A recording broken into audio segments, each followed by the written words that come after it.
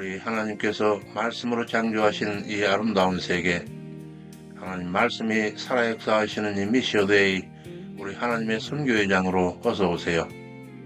우리 하나님의 자비로우신 사랑이 항상 여러분과 함께 하시기를 축원합니다.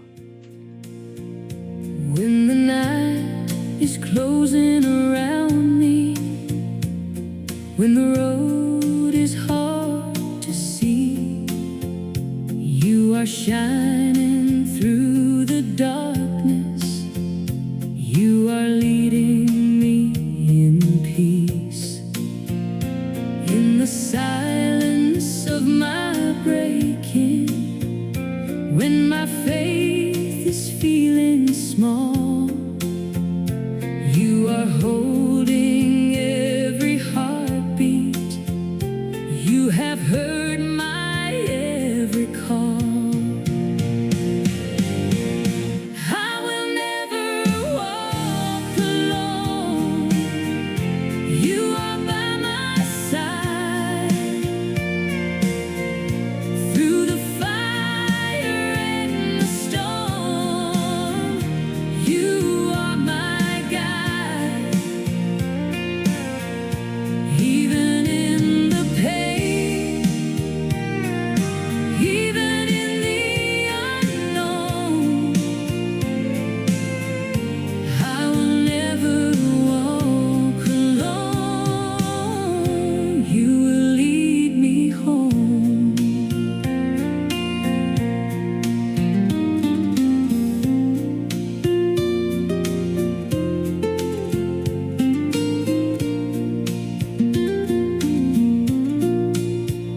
Through the valleys and the shadows, through the battles in my mind, you are stronger than my weakness, you are faithful every time. Now my soul has found a refuge in the shelter of your grace. There is freedom in your presence, there is healing in this place. I will never walk alone, you are by my side. Through the fire and the storm, you are my guide. Even in the pain, even in the unknown, I will never walk alone. You will lead me home. I will never walk alone. You will lead me home.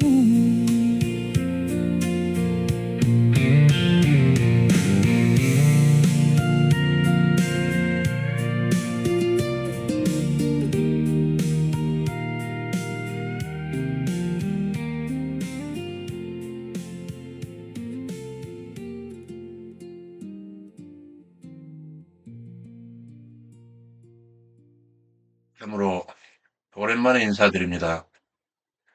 그간 주님 안에서 평강하셨으리라 여깁니다.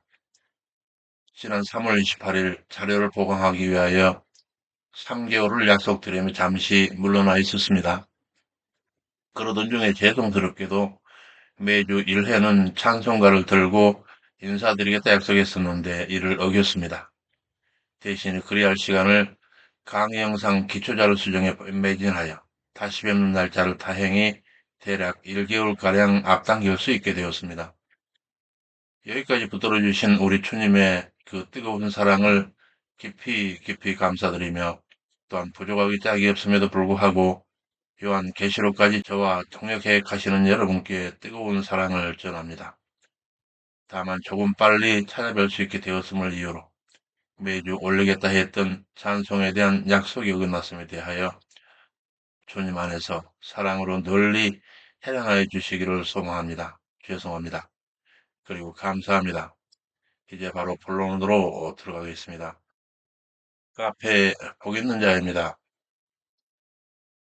왼편 카테고리에서 제4편 통일한국 신앙, 제1장 다윗 왕국 신앙으로 들어가겠는데 그에 앞서 하나님 기뻐하신 이스라엘 왕 다윗의 일생을 살펴오던 중에 지난 시간에 우리는 여호와 앞에서 신실하였던 그러나 한 연약한 인간이었던 다윗의 마지막 실패 장면을 살폈습니다. 그것은 다윗이 주위 대적들을 평정하여 평화를 이룬 시점에 자기의 거느리고 있던 병력을 파악하기 위하여 인구를 조사한 일이 있었습니다. 군장 요압의 명을 내려서 9달 20일 동안 조사하여 파악한 병력은 이스라엘 11지파 80만 명에 유다지파 50만, 도합 130만의 대군이었습니다. 그 오래전 고대 시대에 130만 대군은 가히 오늘날에도 그 대적을 찾아보기 힘든 막강한 병력이었습니다. 다윗이 인구조사를 시행하여 알아보고자 했던 것이 바로 이러한 막강한 힘이었습니다. 하나님과 사람이 직면하는 가장 위험한 때가 바로 이와 같은 자기 힘에 의지하려는 바로 그 순간입니다.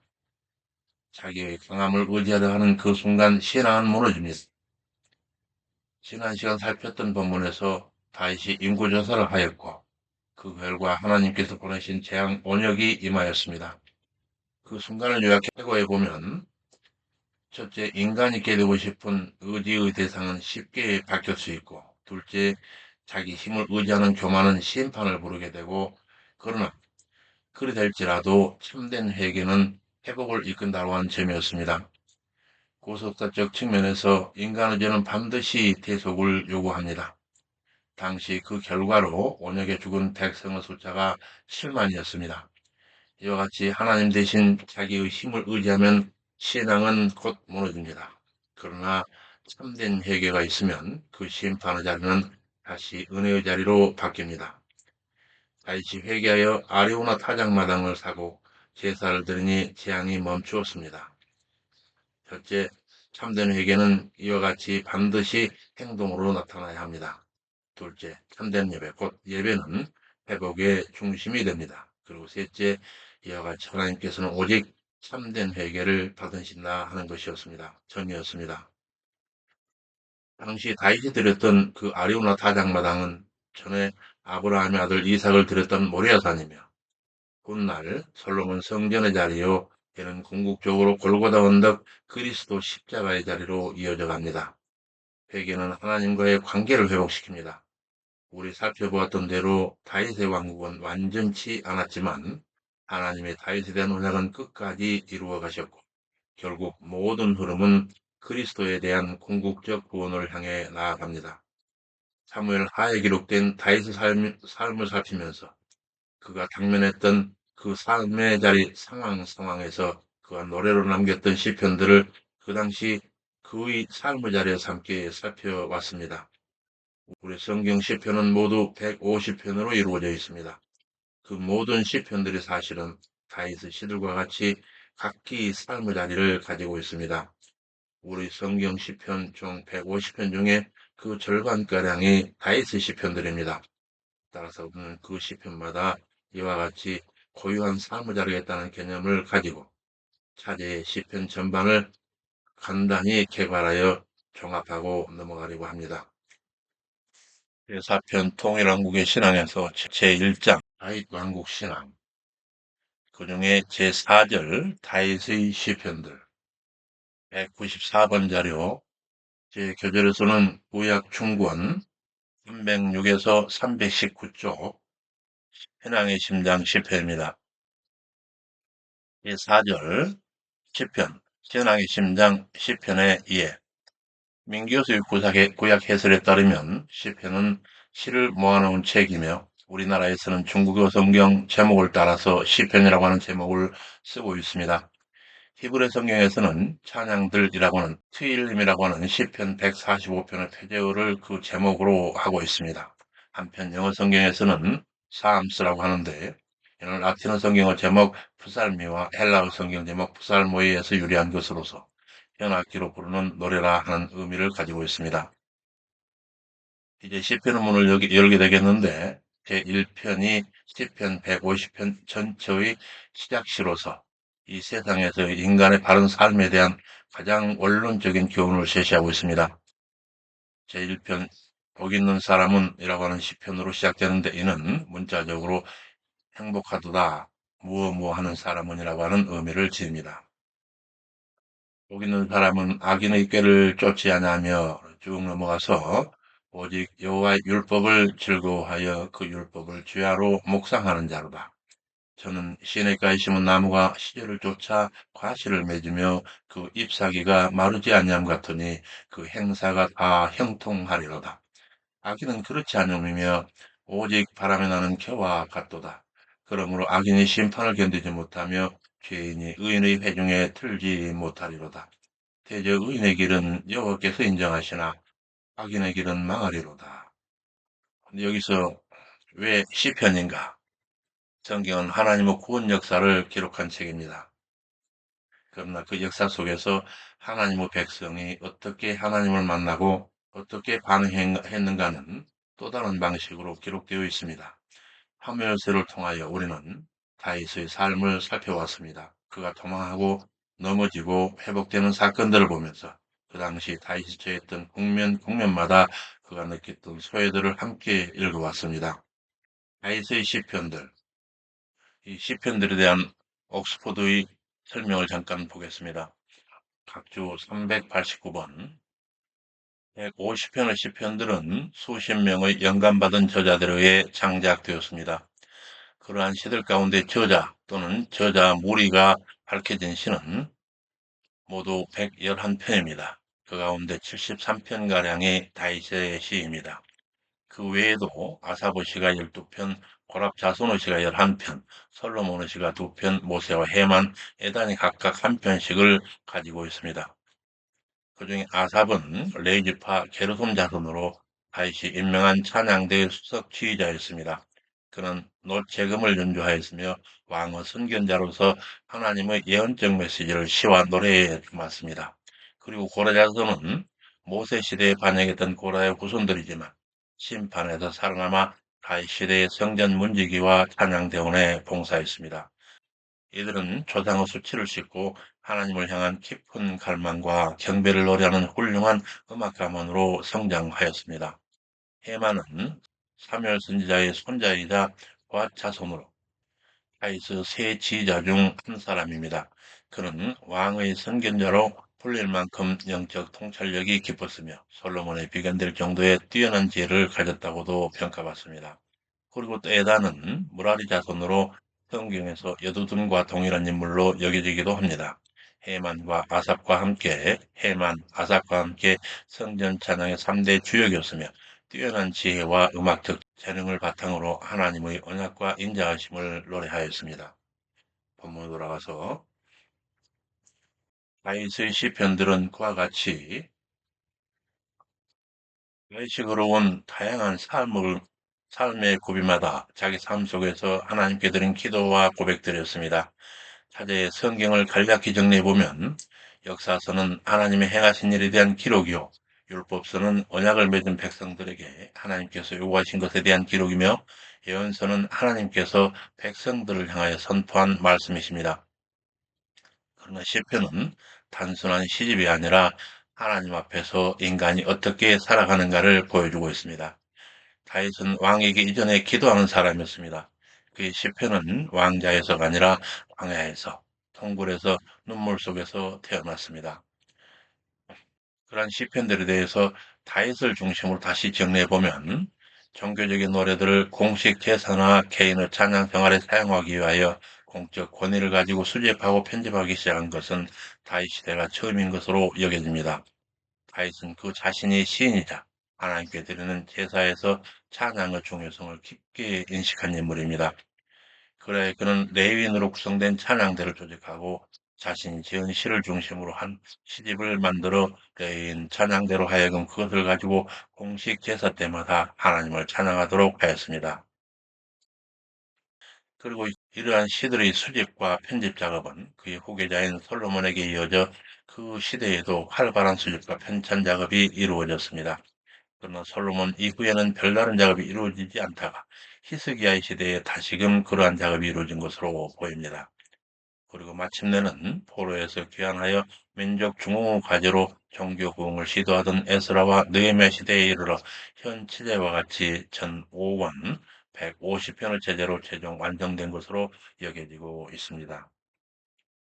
이러한 예 속에서 시편들이 제작된 시대적 배경을 다시 나누어 보면 왕국 형성기에 주로 다윗 시편들이 써졌고 성전 중심의 신앙 세계는 솔로몬과 고라 자손들의 시가 존재하며 무너지는 왕국 시기, 다시 말하면 분열 왕국 시기에는 분열 왕국 시편들이 전해지고 있으며 절망과 기다림의 시기인 포로기에는 포로기 시편들이 있으며 회복과 소망의 시기인 바벨론 포로기로부터 귀환해왔던 회복과 소망의 시기에는 귀환 공동체 시편들이 존재하는데 이와 같이 정리해 볼 수 있을 것입니다.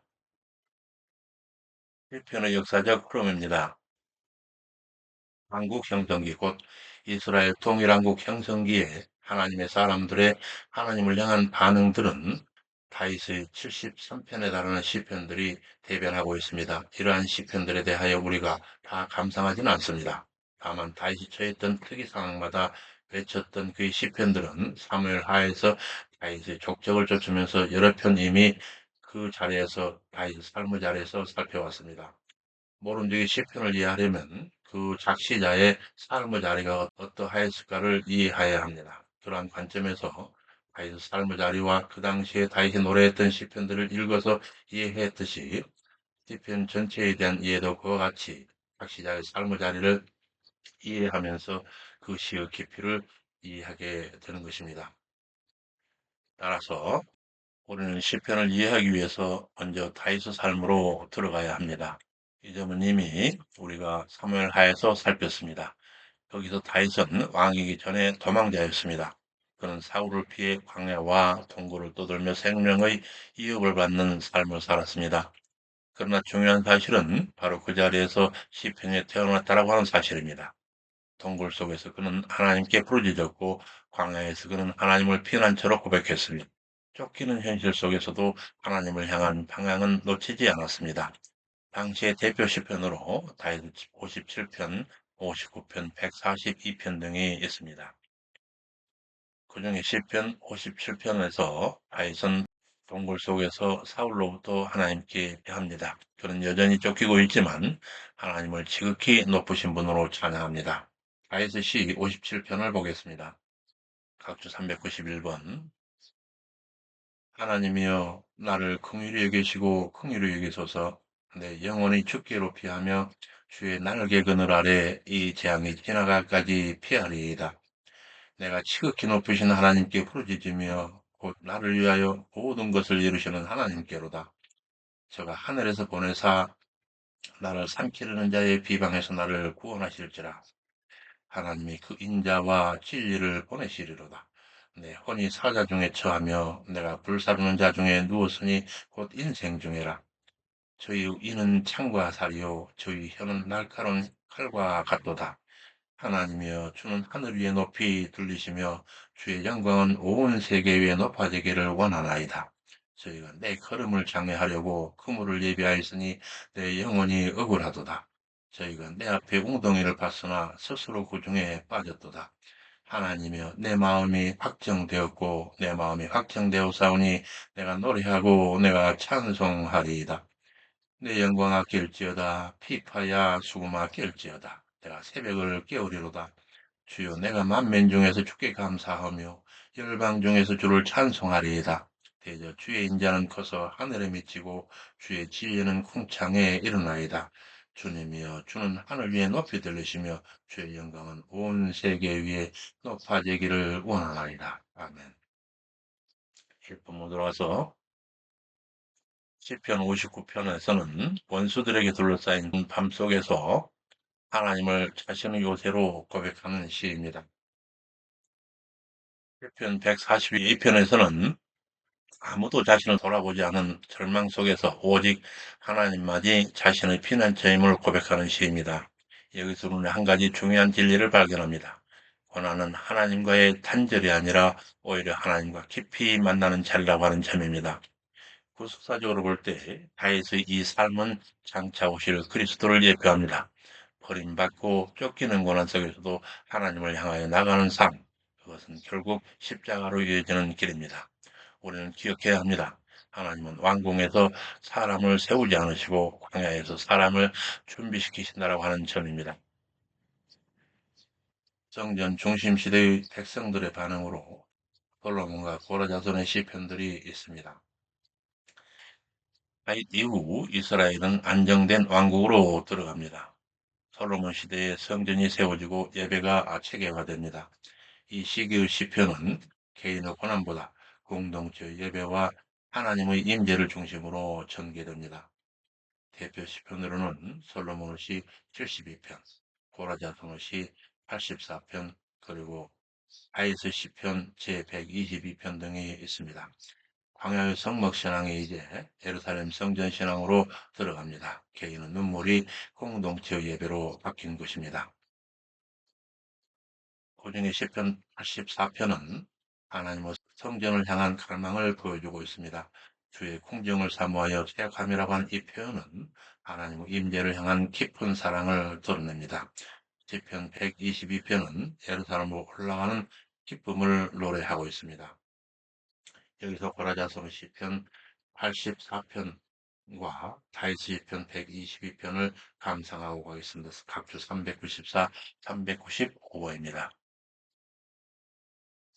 만군의 여호와여, 주의 책망이 어찌 그리 사랑스러운지요. 내 영혼이 여호와의 궁정을 사모하여 새약하며 내 마음과 육체가 생존하여 계시는 하나님께 부르짖나이다.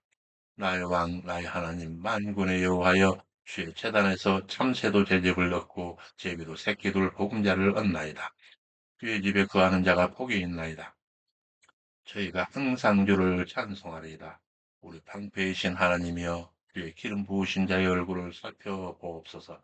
주의 궁정에서 한 날이 다른 곳에서 첫날보다 나은즉 악인의 장막의 그함보다 내 하나님 문지기로 있는 것이 좋사오니 여호와 하나님은 해요 방패시라. 여호와께서 은혜와 영화를 주시며 정직히 행하는 자에게 좋은 것을 아끼지 아니하실 것이매니이다. 만군의 여호와여, 주께 의지하는 자는 복이 있나이다. 시편 121편. 사람이 내게 말하기를 여호와 집에 올라가자 할 때에 내가 기뻐하였도다. 예루살렘아, 우리 발이 내 성문에 섰도다. 예루살렘아, 너는 조밀한 성읍과 같이 건설되었도다.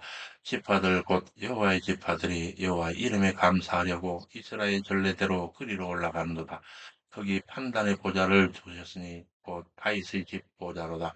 예루살렘을 위하여 평안을 구하라. 예루살렘 사랑하는 자는 형통하리로다. 네 성 안에 평강이 있고 너희 궁중에는 형통이 있을지어다. 내가 내 형제와 부모를 위하여 이제 말하리니 너희 가운데 평강이 있을지어다. 여호와 우리 하나님의 집을 위하여 내가 너의 복을 구하리로다. 아멘. 본문으로 넘어가서 시편 122편은 예루살렘으로 올라가는 기쁨을 노래하고 있습니다. 이는 단순한 장소가 아니라 하나님의 백성과 함께 하시는 자리입니다. 주의 집이 어찌 그리 사랑스러운지요 라고 하는 이 고백처럼 하나님의 백성은 성전을 중심으로 하나님을 예배하며 살아갑니다. 그럼 여기서 우리는 더 깊이 보아야 합니다. 성전은 단순한 건물이 아니라 하나님이 자기 백성과 함께 하신다고 하는 표징입니다. 구속사적으로 성전은 결국 그리스도를 가리킵니다. 하나님의 임재는 더 이상 특정 장소에 머무는 것이 아니라 그리스도 곧 참성전 안에 완전하게 드러나게 됩니다. 따라서 이 시의 핵심 메시지는 분명합니다. 하나님은 장소에 계신 분이 아니라 백성과 함께 임재로 계신 분이십니다. 이어서 무너지는 왕국시대, 소위 분열왕국시대의 시편들이 있습니다. 솔로몬까지의 이스라엘은 용성기였습니다. 그러나 이스라엘 역사는 점점 어두워집니다. 왕국은 분열되고 왕들은 하나님을 떠나며 백성은 우상을 따르기 시작합니다. 당시의 대표 시편으로 아삽의 시편 74편, 73편이 있습니다. 이제 신앙은 질문을 시작합니다. 하나님을 믿는데 왜 현실은 이렇게 어두워 보이는가? 시편 73편에서는 시편 기자는 악인이 형통하고 의인이 고난받는 현실에 충격을 받습니다. 그는 거의 넘어질 뻔했습니다. 그러나 하나님은 성소에 들어갈 때 깨닫게 됩니다. 결국 하나님이 모든 것을 판단하신다라고 하는 사실을 그는 고백합니다. 곧 하늘에서는 주 외에 누가 내게 있으리요라고 합니다. 이 당시 대표시였던 아삽의 노래로 시편 제73편을 감상하겠습니다. 각주 396번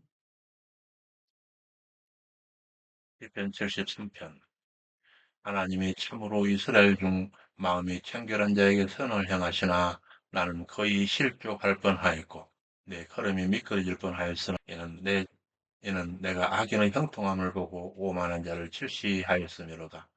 저희는 죽는 때의 고통이었고 그 힘이 건강하며 타인과 같은 고난이었고 타인과 같은 신앙도 없나니 그러므로 교만이 저희 목걸이요 강포가 저희 입는 옷이며 팔찜으로 저희 눈이 쏟아나며 저희 소득은 마음의 소음보다 진하며 저희는 농욕하며 악하게 압제하여 말하며 거만히 말하며 저희 입은 하늘에 두고 저희 혀는 땅에 두루 다니는도다.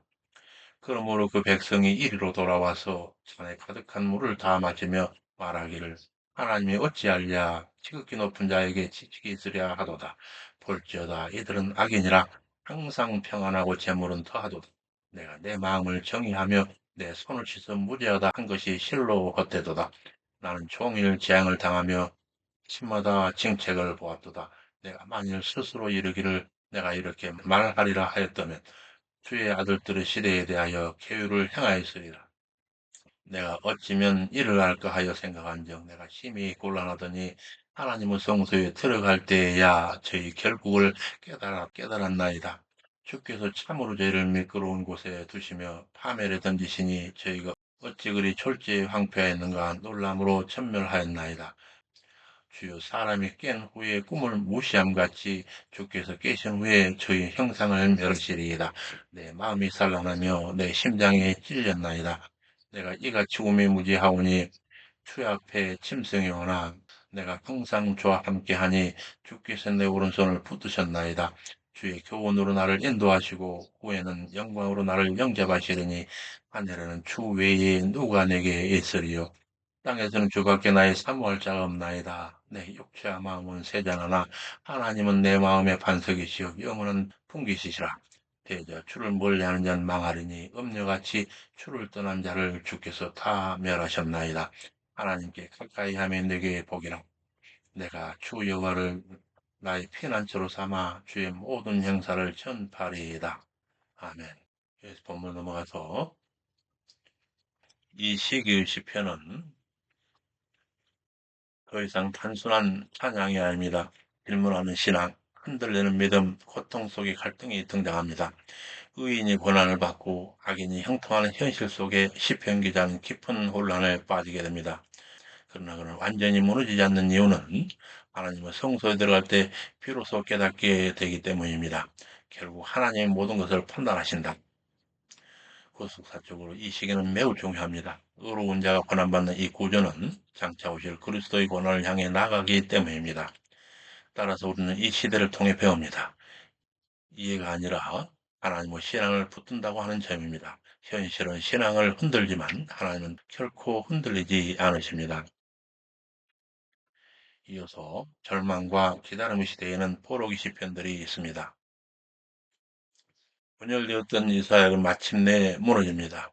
성전은 파괴되고 왕국은 사라지며 백성은 바벨론으로 끌려갑니다. 이 시기의 시편은 말 그대로 눈물의 노래입니다. 우리가 바벨론 강가에서 울었다라고 하는 고백처럼 찬양은 멈추고 슬픔의 시가 됩니다. 그러나 여기서 놀라운 사실이 있습니다. 절망 속에서도 하나님을 향한 믿음은 완전히 사라지지 않습니다. 당시의 대표 시편으로 각자 미상의 시편 137편과 시편 126편이 있습니다. 찬양이 멈춘 자리에서 눈물이 노래가 됩니다. 먼저 시편 137편은 바벨론 강가에서의 울음을 보여줍니다. 하나님의 백성은 더 이상 찬양할 수 없는 상황에 있습니다. 그러나 시편 126편에 눈물로 씹는 자가 기쁨으로 거둔다는 희망이 선포됩니다. 다시 여기서 시편 137편, 126편을 보겠습니다. 각주 397에서 398번. 시편 137편. 우리가 바벨론의 여러 강변 거기 앉아서 시온을 기억하며 울었도다. 그 중에 포도나무에 우리가 우리의 수금을 걸었나니 이는 우리를 사로잡은 자가 거기서 우리에게 노래를 청하며 우리를 황폐케 한 자가 기쁨을 청하고 자기들을 위하여 시온 노래 중 하나를 노래하라 하매로다. 우리가 이방에 있어서 어찌 여호와의 노래를 부를고 예루살렘아 내가 너를 잊을진데 내 오른손이 그 재주를 잊을지로다. 내가 예루살렘을 기억지 아니하거나 내가 너를 나의 제일 즐거워하는 것보다 지나치게 아니할진대 내 혀가 내 입 천장에 붙을지로다. 여호와의 예루살렘이 해봤던 나를 기억하시고 에돔 자손을 지소서. 저희 말이 회파하라 회파하라 그 기초까지 회파하라 하였나이다. 여자 같은 멸망할 바벨론아 네가 우리에게 행한 대로 너의 갚는 자가 유복하리로다. 너의 어린 것들을 판석에 메우치는 자는 유복하리로다. 다음 시편 127편. 여호와께서 집을 세우지 아니하시면 세우는 자의 수고가 헛되며 여호와께서 성을 지키지 아니하시면 파수꾼의 경등함이 허사로다. 너희가 일찍 일어나고 늦게 누우며 수고의 떡을 먹음이 헛되도다. 그러므로 여호와께서 그 사랑하시는 자에게는 힘을 주시는도다. 자식은 여호와의 주신 기업이요 태의 열매는 그의 상급이로다. 젊은 자의 자식은 장사 수중의 화살 같으니 이것이 그 전통이 가득한 자는 복되도다. 저희가 성문에서 그 원수의 말할 때에 수치를 당치 아니하리로다. 아멘. 이와 같이 절망 속에서도 하나님은 여전히 약속을 이루십니다. 하나님이 침묵하시는 것처럼 보일 때에도 하나님의 언약은 여전히 살아 있습니다. 이 기다림은 단순한 인내가 아닙니다. 메시아를 향한 기다림, 곧 메시아 대망입니다. 후속사적으로 볼 때 이 시기는 그리스도를 향한 가장 깊은 갈망이 형성되는 시간입니다. 그러므로는 이 시대를 이렇게 이해해야 합니다. 하나님이 보이지 않을 때에도 하나님 여전히 일하고 계신다는 점입니다. 하나님의 침묵은 부재가 아니라 준비라고 하는 점입니다. 포로에서 해방되어 돌아오는 회복과 소망의 시대에는 귀한 공동체의 시편들이 있습니다. 바벨론 포로에서 돌아온 백성은 다시 하나님을 예배하기 시작합니다. 무너졌던 삶 속에서 그들은 다시 하나님을 찬양하며 공동체를 세워 나갑니다. 이 시기의 시편들은 다시 찬양으로 가득 차게 됩니다. 특히 시편의 마지막 부분 할렐루야 시편은 모든 흐름을 마무리하는 절정입니다. 당시의 대표 시편으로 시편 146에서 150편 소위 할렐루야 시편들이라고 합니다. 이와 같이 시편의 마지막은 설명이 아니라 찬양입니다. 이 5편의 찬양, 곧 할렐루야 시편들을 약간 살펴보겠습니다. 각주 399번입니다. 시편 146편. 할렐루야, 내 영혼아 여호와를 찬양하라. 나의 생전의 여호와를 찬양하며 나의 평생에 내 하나님을 찬송하리로다. 방백들을 의지하지 말며 도울 힘이 없는 인생도 의지하지 말지니 그 호흡이 끊어지면 흙으로 돌아가서 당일에 그 도모가 소멸하리로다. 야고보 하나님으로 자기 도움을 삼으며 여호와 자기 하나님에게 그 소망을 두는 자는 복이 있도다. 여호와는 천지와 바다와 그 중에 만물을 지으시며 영원히 진실함을 지키시며 압박당하는 자를 위하여 공의로 판단하시며 줄인 자에게 식물을 주시는 자시로다. 여호와께서 갇힌 자를 해방하시며 여호와께서 소경의 눈을 여시며 여호와께서 비굴한 자를 일으키시며 여호와께서 의인을 사랑하시며 여호와께서 객을 보호하시며 고아와 과부를 붙드시고 악인의 길은 굽게 하시는도다. 시온아 여호와 내 하나님은 영원히 대대에 통치하시리로다. 할렐루야. 시편 148편입니다. 할렐루야. 하늘에서 여호와를 찬양하며 높은 데서 찬양할지어다. 그의 모든 사자여 찬양하며 그 모든 군대여 찬양할지어다. 해와 달아 찬양하며 광명한 별들아 찬양할지어다. 하늘의 하늘도 찬양하며 하늘 위에 있는 물들도 찬양할지어다. 그것들이 여호와 이름을 찬양할 것은 저가 명하심에 치음을 받았음이로다. 저가 또 그것들을 영영히 세우시고 패하지 못할 명령을 정하셨도다. 너희 영들과 바다여 땅에서 여호와를 찬양하라. 풀과 우박과 눈과 안개와 그 말씀을 쫓는 강풍이며 산들과 모든 작은 산과 화목과 모든 백향목이며 짐승과 모든 가축과 기는 것과 나는 새며 세상 왕들과 모든 백성과 방백과 땅의 모든 사자며 청년 남자와 처녀와 노인과 아들들아 다 여호와 이름을 찬양할지어다. 그 이름이 홀로 높으시며 그 영광이 천지에 뛰어나시미로다. 저가 그 백성의 뿔을 높이셨으니 저는 모든 성도 저를 친근히 하는 이스라엘 자손의 찬송거리로다. 할렐루야. 시편은 이 정도, 할렐루야 시편은 이 정도로 보고 다시 본문 넘어갑니다. 이것이 이 할렐루야 시편이 시편 전체의 결론입니다. 비탄으로 시작된 시편은 결국 하나님을 찬양하는 것으로 마무리됩니다. 하나님은 역사 전체를 찬양으로 완성하십니다. 놀라운 사실은 시편이 처음에는 비탄으로 시작되지만 마지막은 찬양으로 끝난다라고 하는 것입니다. 이것이 시편 전체의 흐름입니다. 구수사적으로 이 회복은 궁극적으로 그리스도 안에서 완성될 하나님 나라를 바라보게 합니다. 따라서 우리는 이 마지막을 이렇게 고백하게 됩니다. 찬양의 끝은 눈물이 아니라 찬양이다. 하나님은 눈물의 역사를 찬양으로 바꾸십니다. 하나님은 결국 모든 역사를 찬양으로 완성하십니다. 시편은 고난 속에서 하나님을 찾고 무너짐 속에서 하나님을 붙들며 결국 찬양으로 이어가는 믿음의 여정이라 할 수 있습니다. 시편은 고난에서 시작하여 찬양으로 나아가는 하나님 백성의 영적 여정이라 할 수 있습니다. 이제 이어지는 진술은 우리 성경을 보면 시편 150편을 제1권부터 제5권까지 5권으로 나누어 편집되어 있습니다. 이어지는 이에 대한 진술은 약간만 소개하고 마무리하려고 합니다. 3. 시편 편집의 전 5권의 체계에 대한 정리입니다. 150편에 이르는 시편의 시들은 최종 편집자의 의도에 따라서 내용이나 주제와는 관계없이 전 5권의 체계로 구성되어 있습니다. 이러한 전체 5권의 체계는 각 권 말미의 정형적 송영, 이 송영이라고 하는 것은 기독교 예배에서 삼위일체 하나님께 찬양과 영광을 돌려드리는 짧은 찬송을 송영이라 합니다. 예배 시작이나 마칠 때 혹은 시편과 찬송과 끝에 따라 덧붙여 부르는 것입니다. 이는 유대계 회당의 관습에서 유리한 정형입니다.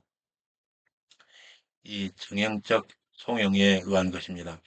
최종 편집자가 이처럼 시편을 전 5권의 체계로 구분한 것은 아마도 구약 성경 중 가장 먼저 기록되어 시편의 시들이 창작되고 편집될 때에는 이미 절대적인 경전으로 인정되고 있던 모세 오경 구성체계, 창세기, 출애굽기, 레위기, 민수기, 신명기 이와 같이 모세 오경의 5권의 모세 오경의 구성의 체계와 의도적으로 대비시키고자 하였기 때문으로 여겨집니다. 그러나 시편은 모세 오경 체계와 대비시키고자 전 5권으로 나누었다고 하는 그 사실 외에 다른 특별한 원칙은 발견할 수가 없습니다. 이렇게 해서 10편 편집의 전 5권의 체계에 관해서는 이 정도만 소개하고자 하는데 이는 이러한 진술이 시편이 지닌 그 내용 자체에 대한 별다른 큰 도움을 제공해 주지 않은 까닭이니 더 필요하시면 네이버 카페 복 있는 자리에 오셔서 저의 본 자료 원문을 읽어 참고해 주시면 감사하겠습니다. 페이지를 쭉 넘겨서 열왕기 흐름 속에 시편의 재배열항으로 들어가겠는데 이는 이전에 사무엘 하의 다윗 통치 시절 그의 삶의 자리에서 다윗이 노래하였던 시편들에 대하여는 이미 십수편 대략적으로 살폈습니다. 그와 같이 시편은 우리 신앙 선진들이 각기 자기 삶의 자리에서 하나님과 교통하였던 노래들이라는 점을 들어 시편의 성격을 개괄적으로 정리하였습니다. 그리고 사무엘서에 이어지는 열왕기로 들어와 신앙 선진들이 겪었던 그들의 삶의 자리에서의 소외를 들여다볼 수 있는 시편들이 어떻게 편집되고 있는지에 대하여 살펴보는 순서로 들어갑니다. 열왕기의 흐름 속에서의 시편의 재배열 이후로 이어 살필 열왕기는 무너지는 역사이고 이 시편은 그 무너짐 속에서도 하나님을 붙드는 신앙입니다. 솔로몬 시대는 시작은 영광, 그러나 끝없는 균열로 치닫습니다. 솔로몬은 지혜와 영광으로 시작합니다. 그러나 하나님보다 다른 것을 의지하면서 왕국의 균열이 시작됩니다. 대표 시편으로 시편 72편과 시편 127편이 있습니다. 시편 72편은 이상적인 왕을 노래하지만 그 이상은 솔로몬에게서 완전히 이루어지지 않습니다. 그리고 시편 127편을 이렇게 선언합니다. 곧 여호와께서 칩을 세우지 아니하시면 세우는 자의 수고가 헛되도다. 하나님 없이 시작된 영광은 결국 무너지게 됩니다. 분열왕국 시대에는 신앙이 걷잡을 수 없이 붕괴됩니다. 왕국이 남과 북 둘로 나뉘면서 신앙은 급격히 무너집니다. 북이스라엘은 우상숭배로, 남유다는 형식적 신앙으로 기울어집니다. 그 대표 시편으로 시편 73편, 그리고 시편 82편이 있습니다. 이때 시편 기자는 질문합니다. 왜 악인이 형통하는가? 그러나 성서에서 그는 하나님이 결국 판단하신다라고 하는 사실을 깨닫습니다. 현실은 무너져도 하나님의 공의는 무너지지 않습니다. 그리고 선지자 시대에는 부분적 심판 속에서 그에 대한 경고가 계속 이어집니다. 엘리야와 엘리사가 등장하며 하나님은 계속해서 백성을 부르십니다. 그러나 백성은 듣지 않습니다. 그 시대의 연결 시편으로 시편 50편과 시편 81편이 있습니다. 시편 50편에서 하나님이 선언하십니다. 나는 너의 제사를 원치 않는다. 너의 삶을 원한다 하십니다. 예배가 아니라 순종이 하나님을 기쁘시게 하신다는 것입니다. 그리고 나서 유다가 몰락하여 결국 무너지는 제사장 나라 시기에는 연결 시편으로 시편 89편, 시편 74편, 시편 79편 등이 있습니다. 남유다도 결국 무너집니다. 성전이 파괴되고 왕국이 끝납니다. 시편 기자는 외칩니다. 하나님의 약속이 끝난 것인가? 그러나 그렇게 질문하는 그는 완전히 포기하지 않습니다. 그는 질문하면서도 하나님께 매달립니다. 언약이 흔들리는 것처럼 보여도 하나님은 포기하지 않으십니다. 그리고 바벨론 포로기에는 절망 속에서의 기다림이 노래됩니다. 그 시대 연결 시편으로 시편 137편과 130편 등에 있습니다. 바벨론으로 끌려갑니다. 이제 더 이상 희망이 없어 보입니다. 그러나 시편 130편은 고백합니다. 깊은 곳에서 죽게 부르짖나이다. 절망 깊에서도 하나님 향한 길은 열립니다. 그 이후로는 소망하며 사는 시대로서 왕 없는 시대의 왕을 대망하는 시들입니다. 그 연결 시편으로 시편 2편, 시편 110편, 시편 146, 150편 등에 있습니다. 열왕기의 모든 왕은 실패합니다. 그 결과 남은 질문은 하나입니다. 참된 왕은 어디에 있는가? 시편은 답합니다. 하나님 세우실 왕이 있으신데 그 왕은 영원하십니다. 인간의 왕은 실패하지만 하나님 세우신 왕은 영원하십니다.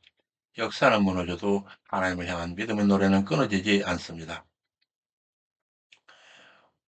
우리는 지금까지 사무엘서를 통하여 하나님 섭리하시는 역사를 살폈고 하나님의 섭리하신 그 역사 속에서 시편을 통하여 하나님 앞에 삶을 살아가는 사람들의 내면의 응답을 보았고 이방 민족들처럼 왕정을 보았던 백성들에게 그들의 뜻을 따라 허락하신 그 왕정 체제가 이제 열왕기를 통하여 위에 오른 모든 왕들 하나 예외 없이 다 무너지는 현실을 목도할 것입니다. 성경의 흐름은 구속사적으로 궁극의 왕이 되신 참된 왕 그리스도를 향해 나아갑니다. 성경 66권 전체를 구속사적 맥락에서 일관하고자 하는 이 필자로서는 시편 150편을 다 감상하며 언급하고 하기에는 너무나 많은 지면이 필요하여 이 정도로 시편에 흐르는 작가들의 영성과 그 삶의 자리가 긴밀하게 연결된 시편의 성격을 정리하는 정도로 끝을 맺고 다시 역사서 열왕기로 넘어가려고 합니다. 이렇게 해서 사무엘 하에서 일생을 살펴보면서 여호와 하나님 앞에 외쳤던 하나님을 향한 고백들을 기술한 시편들이 다윗의 삶, 그의 삶의 자리와 긴밀히 연계되고 있다고 하는 점을 중심으로 해서 자제의 시편 전체에 대한 각 시편들 역시 그 저작자들의 각자 삶의 자리에서 하나님을 향한 정서들이 깊이 스며 있다는 점을 살펴 시편 전반을 쾌활하게 정리해 보았습니다. 다음 시간에는 성경 역사의 장이 통일왕국 제사장나라 다윗 왕국으로부터 통일왕국 제사장나라 솔로몬 왕국 이야기로 전환될 것입니다. 수고 많으셨습니다. 우리 하나님의 자비로운 사랑에 우리 주 예수 그리스도의 제자된 여러분과 여러분 가정 구성은 하나하나의 영성 위에 항상 충만하시기를 간절히 축원합니다. 감사합니다. 샬롬.